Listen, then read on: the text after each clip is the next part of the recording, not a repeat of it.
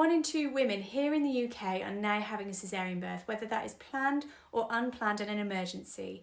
This is worth watching and safe for all pregnant women, and for more caesarean birth information, hit the follow button for more. And from the previous videos, you can really see just how little information women are provided, and I'm so sorry that you have not had this information ahead of time. Even if you're not planning on having a caesarean birth, then knowing the steps will really help prepare you that if an emergency happens, you'll be able to understand what's happening and why. Now, I'm a midwife, so I'm going to be coming at this from a midwifery aspect. There will likely be steps that I miss because I am not an obstetrician. In a caesarean birth, whether that's planned or unplanned, a midwife is always present in theatre. They are there as your advocate, as your support, and to be able to assist and do some things in theatre that they need to undertake. But it is an obstetrician who is a specialist in pregnancy and childbirth who will be providing that information ahead of time, who will be asking you for your consent to the caesarean birth, and who will be performing the caesarean birth. They will also be the ones to follow you up if any other follow-up is needed after birth. You will have your anaesthetist who will provide the anaesthetic, whether that's a spinal, topping up your epidural, or a general anaesthetic. You will also have the anaesthetic nurse who will be present in theatre, and with the primary obstetrician you will have a second obstetric doctor who will be helping to assist in the caesarean birth. If it is an emergency caesarean birth or there are concerns with your baby, for example being under 37 weeks, there will be a paediatrician who is a baby doctor present at birth. There will be a healthcare assistant or maternity support worker also who will be assisting on the floor, and there will be a scrub nurse as well. Scrub nurses are sometimes midwives in this case. You may also have a student doctor or a student midwife who is in there, or potentially a new healthcare assistant who is learning the jobs of theatre, and then there is you and your partner. Now, the biggest difference between a planned elective caesarean birth and an unplanned emergency caesarean birth is just the time difference. Only other things is whether you've already had an epidural and it just needs topping up, for example, in an emergency scenario, or similarly whether you need a general anaesthetic. So before you get to theatre, you will have seen an obstetrician who would have consented you to the process, the procedure, the benefits and risks. You'll have seen an anaesthetist as well who will consent you from an anaesthetic point of view. You will have had medications given to you by your midwife, some stockings put on your legs, a gown put on you, and then you will make your way to theatre. Now again, you will either walk if it's a planned caesarean birth, or alternatively they will wheel you in on a bed. They may also have shaved you too. If you haven't already got a cannula in your hand, this is the time that they will now do that, and that's to make sure that you've got fluids up and running, because one of the side effects of a spinal or an epidural is that it can really drop your blood pressure. That can make you feel very unwell, and it's also not good for your baby either. Once a cannula is in your hand, if you haven't already got an epidural that can be topped up, the anaesthetist will now insert the spinal. Alternatively, if you are unable to have a spinal anaesthetic, your partner will not be present for the caesarean birth itself, but a general anaesthetic will happen at this stage. Once the anaesthetic is effective, this is where either your midwife or alternatively the healthcare assistant or maternity support worker in theatre will now ask you, can I now please insert a catheter into your bladder? This ensures that it's nice and empty before starting the caesarean birth. The reason it's given after the anaesthetic is to make sure that you're nice and comfortable before it's inserted to reduce any pain or discomfort. And the reason it needs to go in is because if you have a full bladder, and as they are making those incisions and making those cuts, if you have a full bladder, it's more likely to be accidentally cut by a knife going in.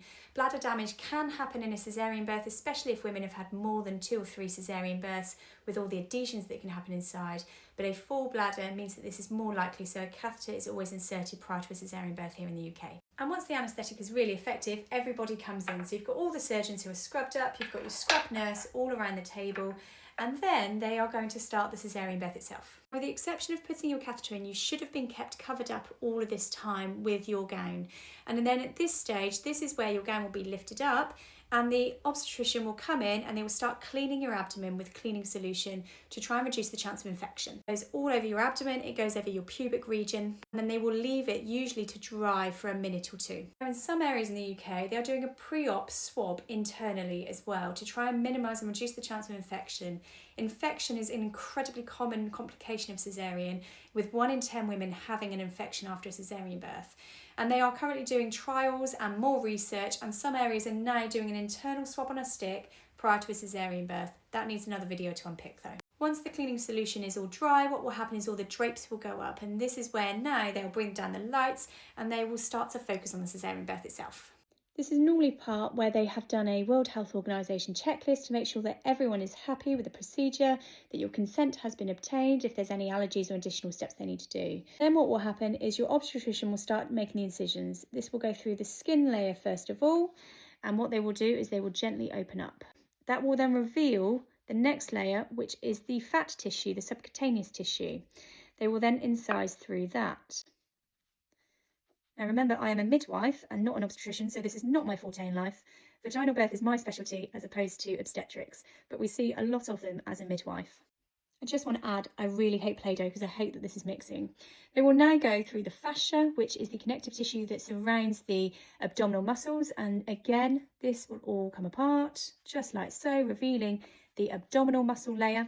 Then what they will do is once they've found the abdominal muscles, they will each place a finger in, thumb inside, and they will pull across. This is where women often feel stretching as that abdominal muscle layers are being pulled apart. Sometimes things like retractors are used to be able to clearly see all the different layers and to be able to give them more access to the abdomen and the uterus. Once they've gone through the abdominal muscles and pulled them apart, it then reveals the peritoneum. This is the membrane lining of the abdomen. And then finally, your obstetrician will reach the uterus where they will make an incision very, very gently until they reach the amniotic sac of the baby. And this is where normally they cut very, very gently because they want to try and avoid cutting your baby accidentally. Once they have got to that part, they will then pop their fingers in and open it up, and that will reveal the amniotic sac, that bag of waters that your baby is swimming in. What will then happen is they will then break the bag of waters, which is where you will often hear a lot of suction and a lot of spillage of waters suddenly going everywhere.